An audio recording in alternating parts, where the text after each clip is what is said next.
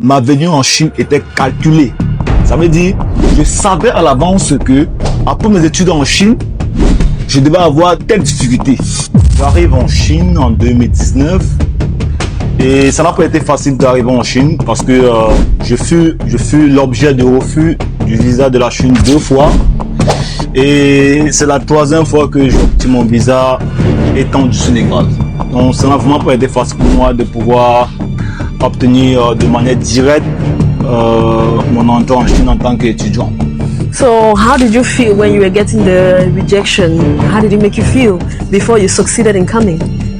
Vous savez, la résilience,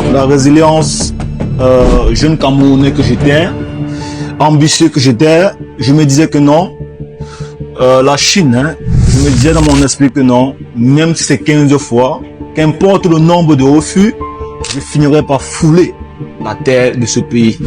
Parce que mes ambitions étaient plus grandes que les difficultés.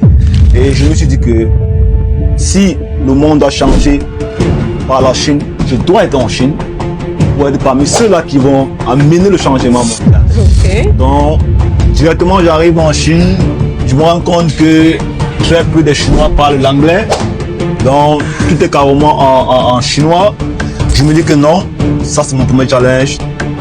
Je dois maîtriser cette langue pour pouvoir m'intégrer dans ce pays.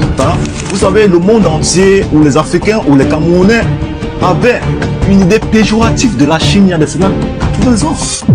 Donc, cette idée de pauvreté de la Chine est restée dans les esprits des gens.